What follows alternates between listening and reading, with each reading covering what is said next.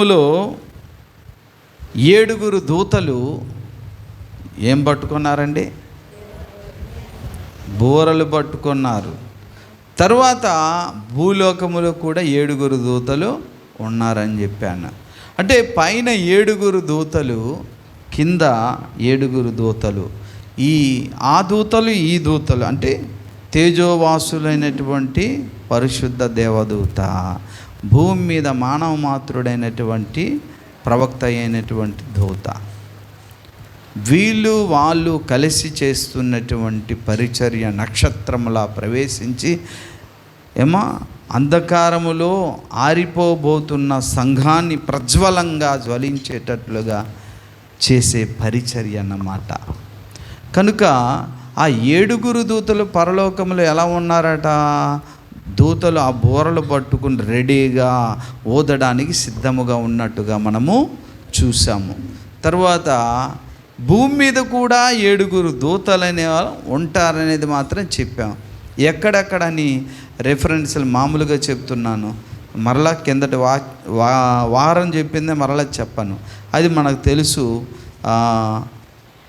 8వ అధ్యాయం 1వ వచనం నుండి బహుశా అనుకుంటాను, అవునా? అది తర్వాత ఏమో ప్రకటన గ్రంథము 1వ అధ్యాయము చివరి వచనాల్లో చూసాము.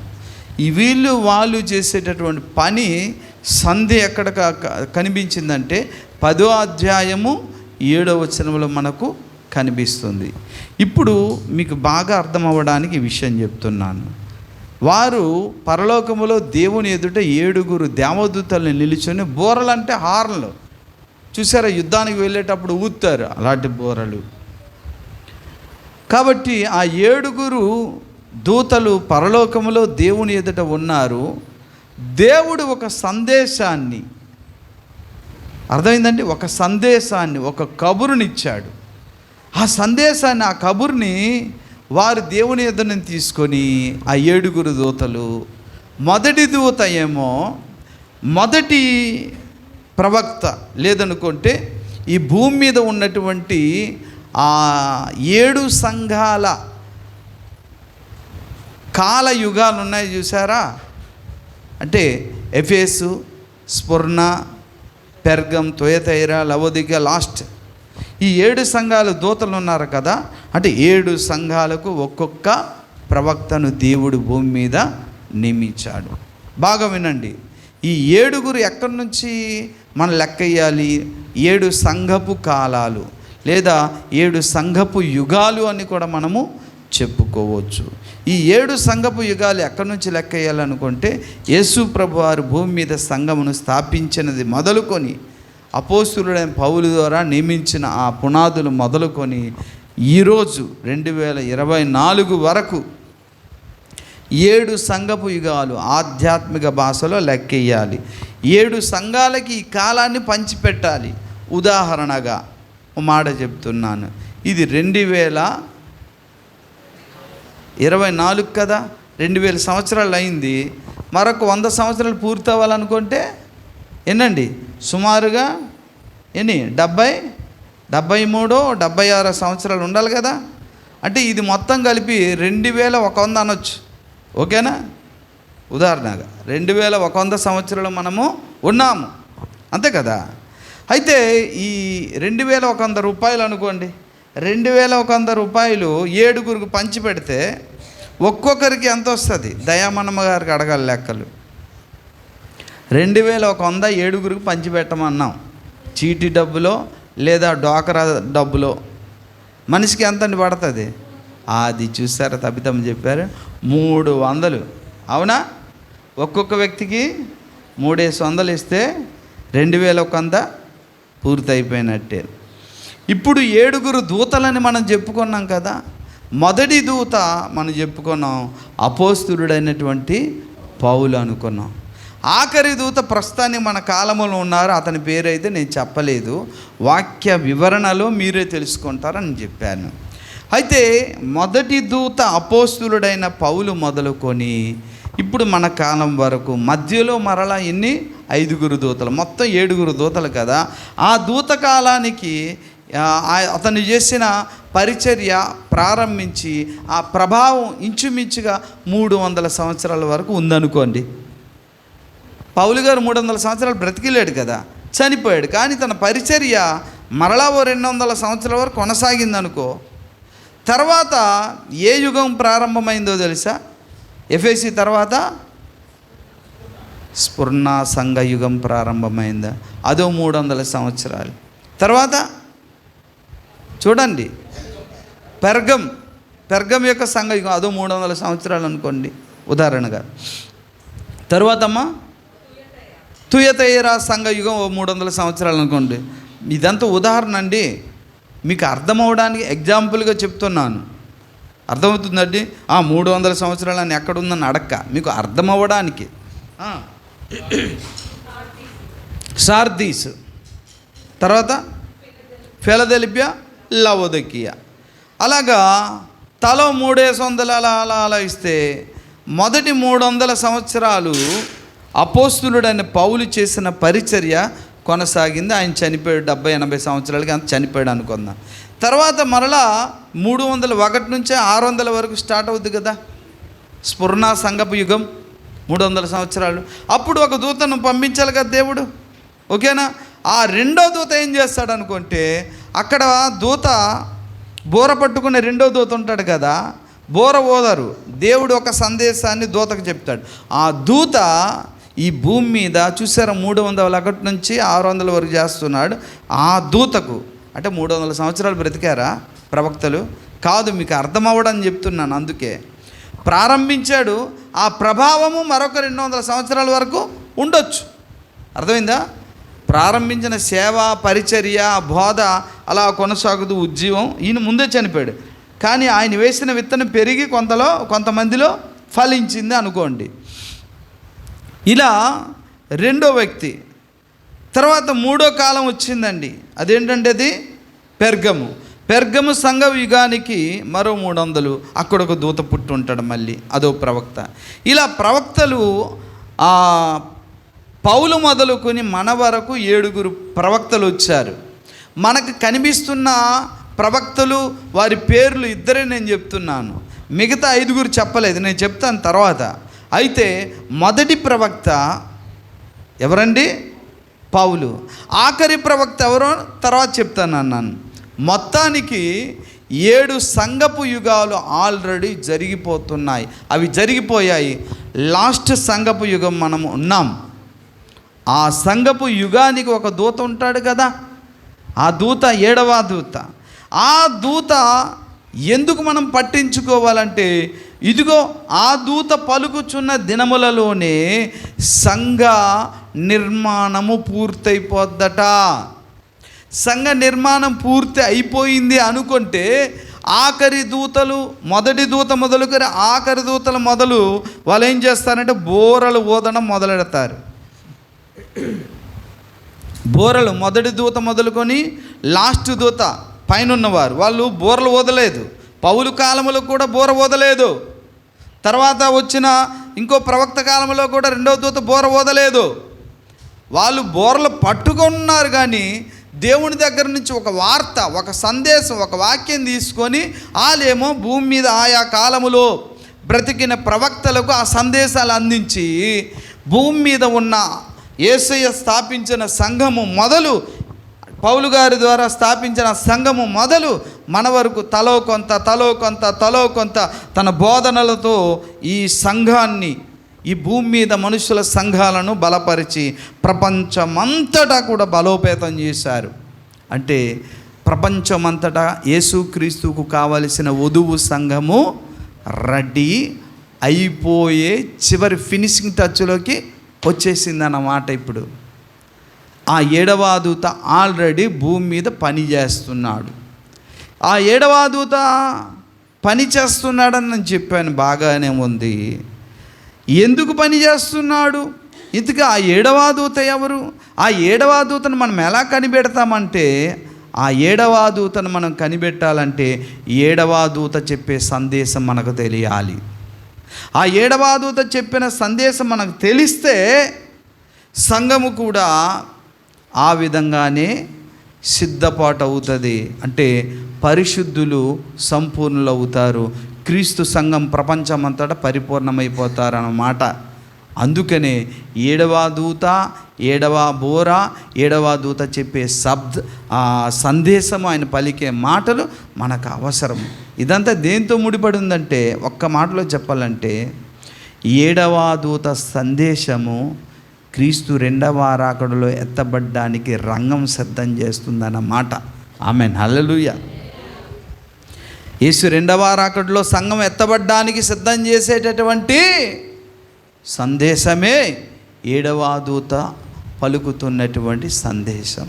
ఇప్పుడు ఆ సందేశం ఏంటి అని మనం ఆలోచన చేస్తే, యేసు 2వ రాకడ జరగాలంటే ముందు ఏం జరుగుద్ది బాబు అని చెప్పగానే క్రైస్తవులందరూ, సేవకులందరూ చాలామంది ఏం చెప్తారో తెలుసా? కరెక్ట్గా మత్తయి సువార్త 24వ అధ్యాయంలో చూపిస్తారు. 1 నుంచి చదవండి. నేను ఇన్ టైంలో ముగిస్తాను, దయచేసి గాబరపడకండి. నేను నొక్కి మరీ ఒక్కానిస్తున్నానంటే మీరు అర్థం చేసుకోవాలి, ఇది అత్యవసరమైన సంగతులు, మీరు వినాలి, తప్పదు. మరియమ్మ గారు, దేవుడిని తలనొప్పిని పడతాడు. ఆమెన్. ఓకే.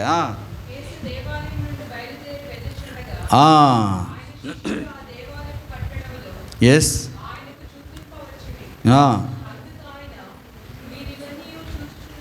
చూచుచున్నారు కదా.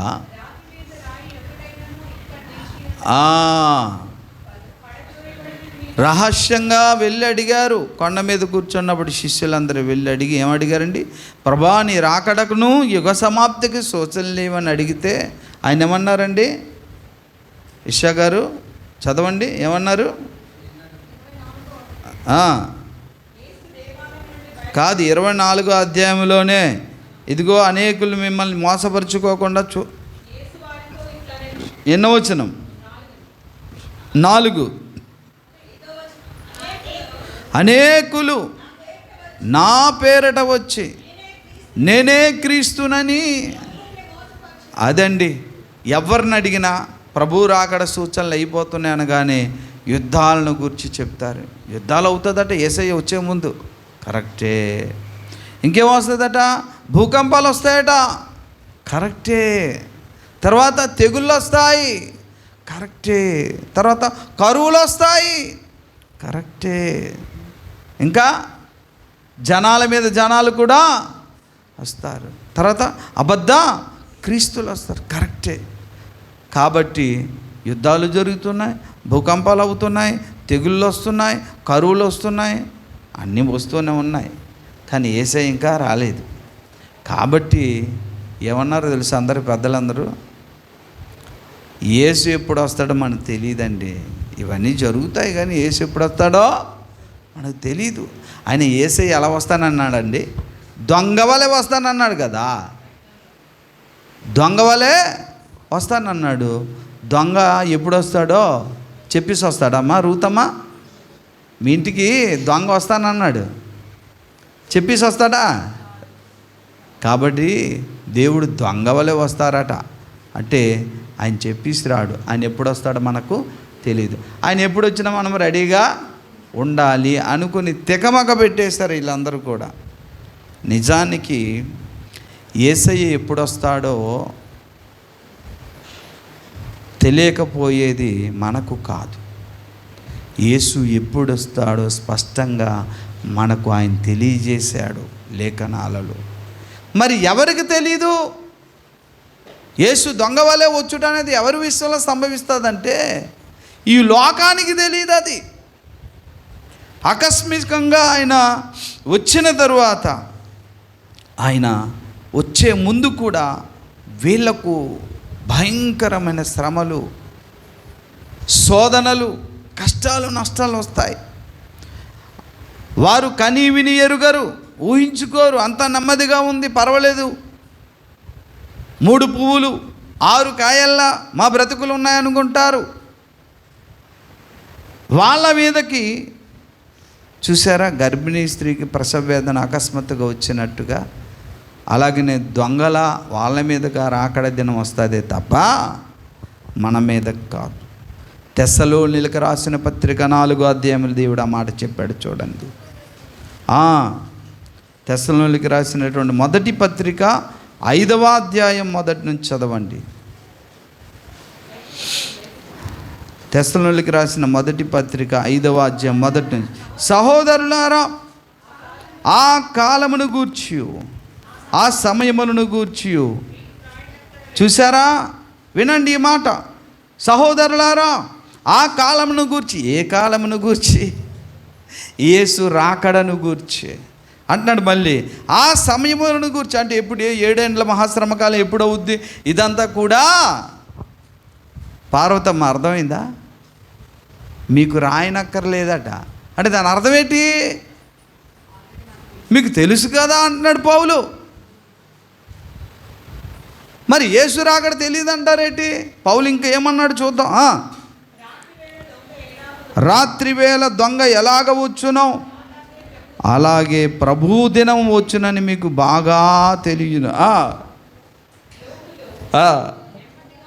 వినండి, లోకులు నెమ్మదిగా ఉన్నది, భయమేమీ లేదని చెప్పుకొనుచుండగా గర్భిణీ స్త్రీకి వేదన, ప్రసవ వేదన వచ్చినట్లు వారికి ఆకస్మికముగా నాశనము తటస్థించును, తప్పించుకొనలేరు. వినండి ప్రియులారా, ఎవరికట నాశనం సడన్గా వస్తుంది? ఎవరికట చెప్పాలి? లోకానికి. చెప్పలేదు అక్కడ? లోకానికి. లోకులు ఏమనుకుంటారట? నెమ్మదిగా ఉంది, భయం ఏమీ లేదు అని అనుకుంటున్నప్పుడు గర్భిణీ స్త్రీకి ప్రసవ వేదన సడన్గా వచ్చినట్లుగా వారి మీదకి ఏమొస్తుందట? ఎవరి మీదకి వచ్చునో అక్కడ ఏమనుంది? వారికి ఆకస్మికంగా. ఎవరట? లోకులకు. అర్థమైందండి? ఆ శిక్ష లోకం మీదకు వస్తుంది కానీ మనం మీదకు కాదు. యేసు 2వ రాకడ ఎప్పుడో మనకు దేవుడు తెలియజేస్తున్నాడు. కింద వచ్చిన 4వ వచనం చదవండి. సహోదరులారా, యేసుక్రీస్తు 2వ రాకడ దొంగ వలె మీ మీదకు వచ్చుటకు మీరు చీకటిలో ఉన్నవారు కారు, మీరు వెలుగు సంబంధులు. దొంగల రాడు, ఆయన తెలియజేసి వస్తాడు. హల్లెలూయా, హల్లెలూయా, హల్లెలూయా. ఆయన తెలియజేసే వచ్చాడు, వస్తున్నాడు. ఎలా తెలుస్తుంది ఆయన వచ్చేది? అమ్మా వినండి, ఆయన వచ్చేది ఎలా తెలుస్తుంది? ఈరోజు లోకానికి ఇది చెప్పు, వాళ్ళకు ఒక అరగంట పావుగంట చెప్తే వారి బుర్రల్లో నుండి ప్రత్యేకమైన పొగ బయటకు వస్తుంటుంది. ఎందుకంటే వాళ్ళకి అర్థం కాదు కాబట్టి. మీరేం చెప్తున్నారో మాకు అర్థం కావట్లేదు బాబు. ఎందుకంటే లోకానికి ఈ సంగతులు తెలియదు, కానీ మనకు తెలుసు. ఎలా తెలియజేశాడు దేవుడు చెప్పనా? వినండి. ఒకటేమో ప్రకటన గ్రంథం 10లో ఆయన చెప్తున్నాడు. ఏమని చెప్పాడండి? ఆ 7వ దూత పలుకుచున్న దినములలో, భూమి మీద ఆయన పలుకుచున్న దినములలో భూమి మీద ఉన్న సంఘము ఏమవుద్దట? సంపూర్ణంగా అయిపోద్దట. అంటే క్రీస్తు సంఘ నిర్మాణము పూర్తి అవుద్దట. క్రీస్తు సంఘ నిర్మాణము పూర్తి అయినప్పుడు ఏం జరుగుద్ది? ఆ 7వ దూత బూర ఊతాడు. ఆ 7వ దూత బూర ఊదినప్పుడు ఏమవుద్ది? యేసు వస్తాడు. అప్పుడు సంఘము ఎత్తబడుతుంది. ఇంత క్లియర్గా చెప్తుంటే ఇంకా దొంగలా వస్తాడు అంటే దాని అర్థం ఏంటి? దొంగలా వచ్చినాడు ఏం చెప్తాడు?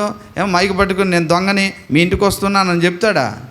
యేసయ్య ఇదిగో కడబోరం మ్రోగినప్పుడు నేను వచ్చేస్తున్నాను ముందు చెప్తుంటే ఇంకా దొంగల వస్తాడు అంటాడు. ఎవరి మీదకి వస్తాడు ఆయన దొంగల మీద అంటే? చీకటిలో ఉన్న వారికి, లోకం మీదకి, మన మీదకు కాదు. అందుకని ఇప్పుడు ఆ 7వ దూత సందేశం ఏంటో మనకి ఇప్పుడు తెలియాలి. ఆ 7వ దూత సందేశం ఏంటో తెలుసా ప్రియులారా? యేసు 2వ రాకడికి ముంగుర్తు జరిగే సూచనలు భూకంపాలు, యుద్ధాలు, కరువులు, రోగాలు, కొట్లాట్లు, అబద్ధక్రీస్తులు, ఇవన్నీను. అయితే దానికంటే ముందుగా ఇంకోటి జరగాలి. ఏంటది? బహుశా రష్యా ఇజ్రాయేల్ మీదకి యుద్ధానికి రావాలంటారేమో. అది జరుగుద్ది, కరెక్టే, అది యుద్ధాల్లో అదొక యుద్ధం. కానీ ముందు జరగవలసినటువంటి ఏంటో తెలుసా? ఆ దూత చెప్పే సందేశం. ఇంతకీ ఆ దూత చెప్పే సందేశం ఏంటో తెలుసా? ఆ సందేశం వల్లనే క్రీస్తు సంఘము ఏమవుదట? సంపూర్ణ సిద్ధి అయిపోతారట. పరిశుద్ధులందరూ కూడా ఏమవుతారట? సంపూర్ణులు అవుతారట. ఇంతకీ ఏంటి ఆ సందేశం? ఆ సందేశమే అపోస్తుల కార్యం 3వ అధ్యాయం 21లో దేవుడు రాయించాడు. చూడండి ఒకసారి. అపోస్తుల కార్యం 3వ అధ్యాయము 21వ వచనాన్ని చదివి వినిపించండి. అన్నింటికీ కుదురుబాటు కాలము వచ్చునని దేవుడు ఆది నుండి, దేవునికి స్తోత్ర, హల్లెలూయా. తర్వాత అంతవరకు యేసు పరలోక నివాసి అయ్యుండుట. యేసు ప్రభువారు ఇప్పుడు ఎక్కడున్నాడండి చెప్పాలి. వినుగ్రేసి యేసే ఎక్కడున్నాడమ్మా? అవునా? పరలోకంలో ఉన్నాడు. ఇప్పుడు మన ఆశ ఏంటి చెప్పాలి? మన ఆశ ఏంటి? యేసయ్య కోసం చెప్పు. త్వరగా రా, మమ్మల్ని తీసుకెళ్ళిపో. మనం పిలుస్తున్నాం, ఆయన ఏమంటున్నాడు? వస్తానంటున్నాడు. ఎప్పుడు వస్తావు ప్రభా అంటే ఇదిగో ఇక్కడ జవాబు చెప్తున్నాడు. ఏంటో తెలుసా? అన్నింటికీ కుదురుబాటు కాలము వచ్చును. ఆ కుదురుబాటు కాలము వచ్చేంత వరకు నేను రాను, అంతవరకు పరలోకములో నివసిస్తా నేను అని పరిశుద్ధాత్మ దేవుడు రాయించాడు ఇక్కడ పేతురు ద్వారా. యేసయ్య త్వరగా దిగిరా అంటే ఆయన ఏమంటాడు తెలుసా? నాన్న, భూమి మీద సంఘములో కుదురుబాటు కాలం వచ్చేసిందా? అయితే వచ్చేస్తానంటాడు. రాలేదు ప్రభా అంటే రాలేదంటే ఇంక నేను అక్కడ ఉంటానులే అంటాడు. అంటే ఈ భూమి మీద కుదురుబాటు కాలం అంటే తెలుసా? సంఘాన్ని చక్కదిద్దడం. సంఘాన్ని చక్కదిద్దడం అంటే ఏంటో తెలుసా? ప్రియా దేవుని బిడ్డలారా, సంఘాన్ని అపోస్తులుడైన పౌలు పునాదులు వేసిన అది మొదలుకొని అపోస్తులైనటువంటి యేసయ్య శిష్యులు సంఘాన్ని స్థాపించినది మొదలు ఈరోజు వరకు వారు పరిశుద్ధమైన నిక్కచ్చైన విత్తనాలను, నిక్కచ్చైనటువంటి గోధుమలను నాటితే మధ్యలో గురుగులు కూడా నాటేశాడు సాతానుగాడు.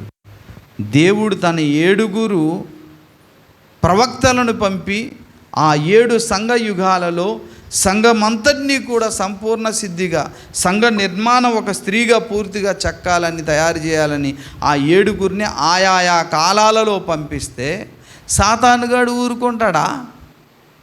ఆడు దూతలను కూడా పంపించి ఏం చేస్తాడండి ఇస్సాగారు? ఏం చేస్తాడు?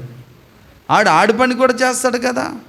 పంపించి అపోస్తులుడైన పౌలు మొదలుకొని తర్వాత మన వరకు కూడా సాతానుడు ఆయా కాలములలో బ్రతికినటువంటి అబద్ధ ప్రవక్తలు కూడా సాతానుగాడు వాడుకొని ప్రజలలో ఏం చేశాడు అనుకుంటే, ఒక ఒరిజినల్ 500 నోటు దగ్గర ఒక డూప్లికేట్ దొంగ నోట్లు కూడా పెట్టేశాడు. సంఘాల్లోనే ఇది ఉంది. ఇప్పుడు చక్కదిద్దాల్సిన పని ఎవరిది?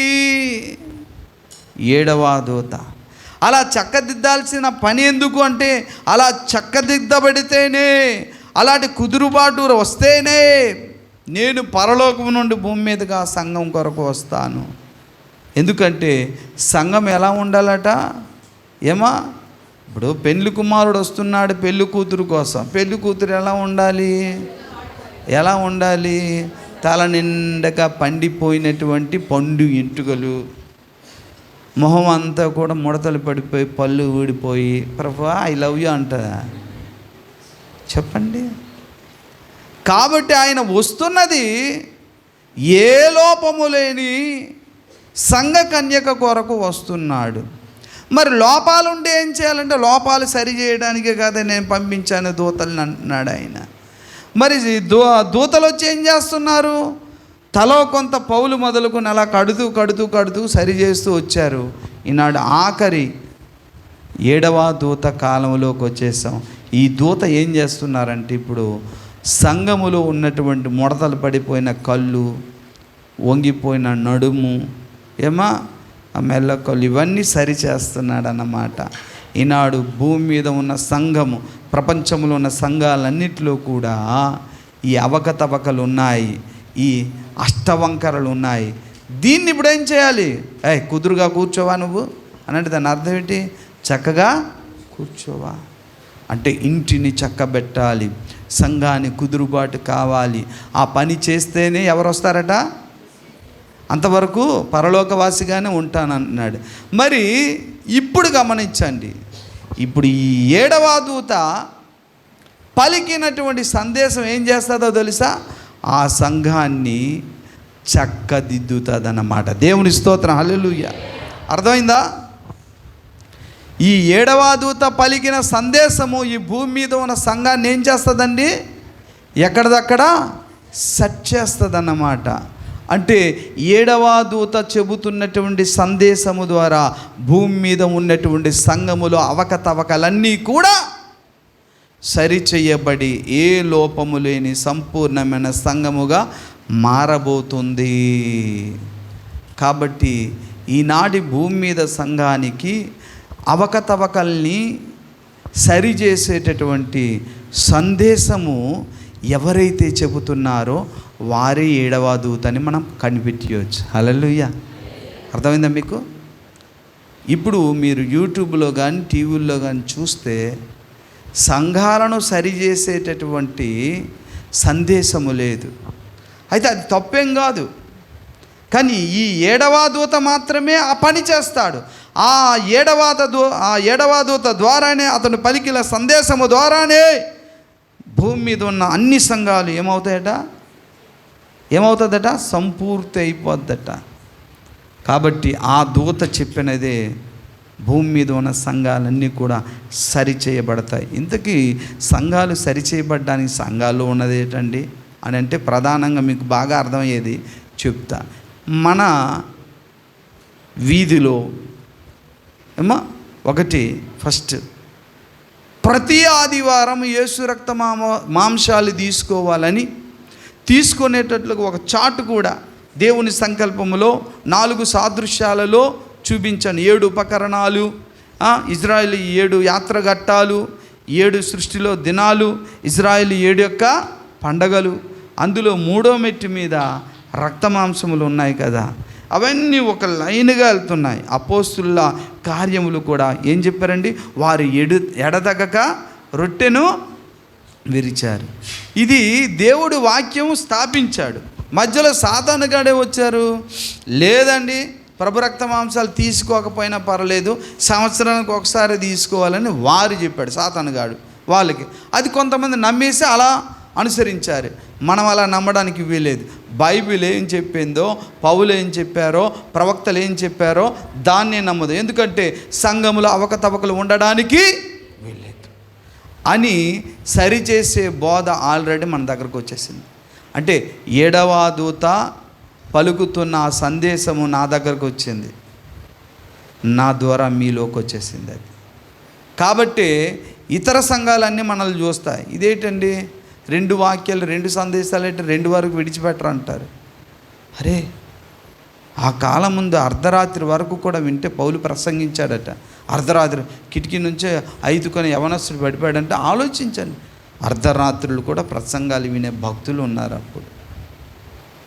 ఈరోజు నయ్యం, నిజంగా నేను మిమ్మల్ని సంతోషపెట్టాలి, 2 అయినా సరే దేవుని వాక్యం కొరకు వింటారు. ఎందుకు తెలుసా? నేను సోది చెప్పను కాబట్టి, వాక్యమే చెప్తాను, చూపిస్తాను మీకు.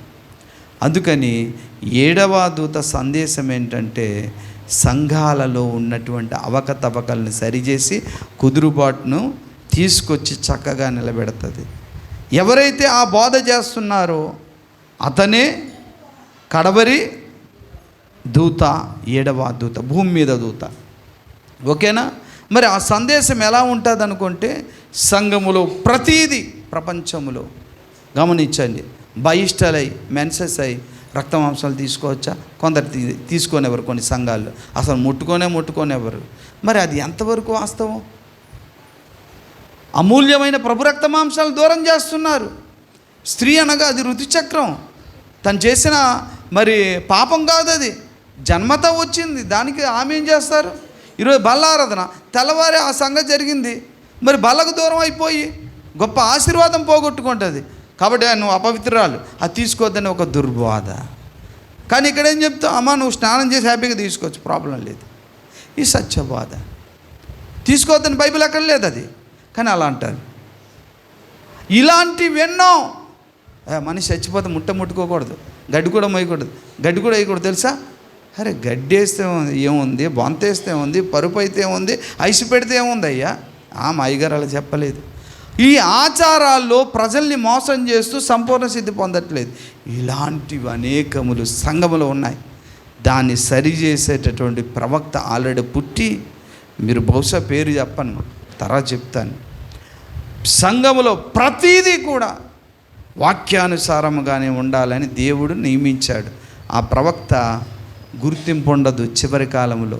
బైబిల్ చెప్తుంది చివరి కాలములో ఈ సందేశాన్ని, సంఘాన్ని సరిచేసేటటువంటి దేవుని, అంటే 7వ దూత పలుకుతున్నటువంటి ఆ యొక్క సందేశం చెప్తున్న వ్యక్తికి, సందేశానికి విలువ ఉంటుంది, మార్పు ఉండి గొప్ప ఉద్యోగం జరుగుతుంది. కానీ ఆ వ్యక్తికి మాత్రం ప్రాధాన్యత ఉండదు. ఆ సందేశాన్ని మోసుకు చెబుతున్న నాలాంటి వారికి కూడా ప్రాధాన్యత ఉండదు. అంటే కాలక్రమేణా చివరిలో వ్యక్తి ప్రాధాన్యత తగ్గిపోద్దని బైబిల్లో దేవుడు చూపించాడు. అందుకే ఎవరు గుర్తించరు. ఎవరు గుర్తిస్తారో తెలుసా? గమనించండి. టీవీ తీయగానే సతీష్ కుమార్ కానీ, ఏసన్ గారు కానీ, ప్రవీణ్ కుమార్ గారు కానీ, వీళ్ళందరూ చెప్పేది ప్రతీదీ ఒకే మాట, కానీ ఇంత లోతుగా వెళ్ళరు. కానీ వారు గొప్ప పేరు వస్తుంది, వీళ్ళకి పేరు ఇక్కడ ఉండదు, పరలోకంలో ఉంటుంది. హల్లెలూయా. అర్థమవుతుందండి? చివరి కాలములో ప్రవక్తలకు వ్యక్తి ప్రాధాన్యత ఉండదు. అర్థమవుతుందా? కొంతవరకు ఉంటుంది, కానీ ఆ సందేశం మాత్రము ప్రపంచమంతటా కూడా దావానముల మహా ఉజ్జీవాన్ని తీసుకొచ్చి సంఘమంతా సంపూర్ణ సిద్ధి పొందడానికి నాంది పలుకుతుంది. ఆల్రెడీ ఆ బోధలో, ఆ సందేశంలో మనం ఉన్నాము. అర్థమైందండి? ఈ సందేశం ఉంది కాబట్టే నేను మిమ్మల్ని తిట్టినా పొమ్మన్నా మీరు వస్తారు. వేరే సంఘానికి వెళ్ళడానికి మీ మనసు ఒప్పుకోదు. ఎందుకో తెలుసా? గతి లేక కాదు, మీలోనికి ప్రవేశించిన ఆ సందేశమే మిమ్మల్ని అలా తయారు చేసింది. హల్లెలూయా, హల్లెలూయా. అర్థమైందా? నన్ను అలా తయారు చేసింది ఆ సందేశమే. ఆ సందేశములో ఏలియా లక్షణాలు ఉంటాయి, ఆ సందేశంలో బాప్తిసం ఇచ్చే యోహాను లక్షణాలు ఉంటాయి, ఆ సందేశంలోనే మోషే లక్షణాలు ఉంటాయి, యేసయ్య లక్షణాలు ఉంటాయి, పౌలు లక్షణాలు ఉంటాయి. కాబట్టి చెక్కు చెదర్రు. ఈరోజు పూట నాకు గతి లేకపోయినా నీతి విషయంలో, పరిశుద్ధత విషయంలో, వాక్యం విషయంలో ధీటుగా ధైర్యంగా మీరు ఉంటారు. అది మీ సొంత అనుభవంలో కూడా నేను చూశాను. ఆమేన్, హల్లెలూయా. కాబట్టి ఆఖరికి మెట్టుకు నేను చెప్పేది ఏంటంటే, ఆ కడవరి దూత చెప్పే సందేశం ఏంటంటే, సంఘాలను దిద్దుబాటు చేస్తుంది. సంఘాలన్నీ కూడా ఆ అవకతవకలు సరిచేసి యేసు 2వ రాకడలో ఎత్తబడేటట్లుగా ఏ లోపము లేని సంఘముగా తయారు చేయడానికై దేవుడు ఏర్పాటు చేస్తున్నాడు. ఆ సంఘపు దూతలో మరికొన్ని లక్షణాలు ఉంటాయి, బాగా గమనించండి. 1, యోహాను లక్షణాలు ఉంటాయి, బాప్తిస్మిచ్చే యోహాను లక్షణాలు. 2 ఏలియా లక్షణాలు ఉంటాయి. తర్వాత మోషే లక్షణాలు కూడా ఉంటాయి. ఆ లక్షణాలన్నీ కూడా తన సందేశంలో ఒకవేళ తన శిష్యులకు వస్తే నా మీదకి వస్తుంది. ఆ సందేశం మీరు వింటే మీ మీద కూడా వస్తుంది. అలాగా ప్రపంచమంతటా కొంతమంది ఏలియాలుగా తయారవుతారు, కొంతమంది మోషేలుగా తయారవుతారు. ఎందుకో తెలుసా? మోషే కాలంలో మాంత్రికులతో యుద్ధం ఆడడానికి శక్తి మోషేలు కావాలి. ఏలియా కాలంలో సంఘములోని యజబేలు బోధనలు, దురాత్మ బోధనలు వెలగొట్టడానికి ఎవరు కావాలి? ఏలియా కావాలి. ఈ 2 లక్షణాలు ఈ కాలంలో ఉంటాయి. ఎందుకంటే అబద్ధ బోధలు ఆల్రెడీ, అబద్ధ క్రీస్తు, అబద్ధ ప్రవక్త వచ్చి చెప్తాడు. అద్భుతాలు కూడా చేస్తారు. మోసే కాలంలో చేయలేదు అద్భుతాలు, వాళ్ళు కూడా మాంత్రికులు. వారి యొక్క కర్రలు కూడా పాములు చేశారు. కాబట్టి ఆ కాలంలో వాళ్ళు అలా యుద్ధం ఆడినట్టుగా ఈనాడు సంఘములో అందరూ మోసేలుగా తయారవుతారు. ఈనాడు అందరూ ఏలియాలుగా తయారవుతారు. అలా తయారు చేసేటటువంటి సందేశమే 7వ దూత చెబుతున్న సందేశం. ఆ దూత ఎవరు అనేది వచ్చే వారం కూడా తెలుసుకుందాం. ప్రార్థన చేద్దాం. తల ఉంచండి. ప్రేమ కలిగిన మహాపరిశుద్ధ తండ్రి,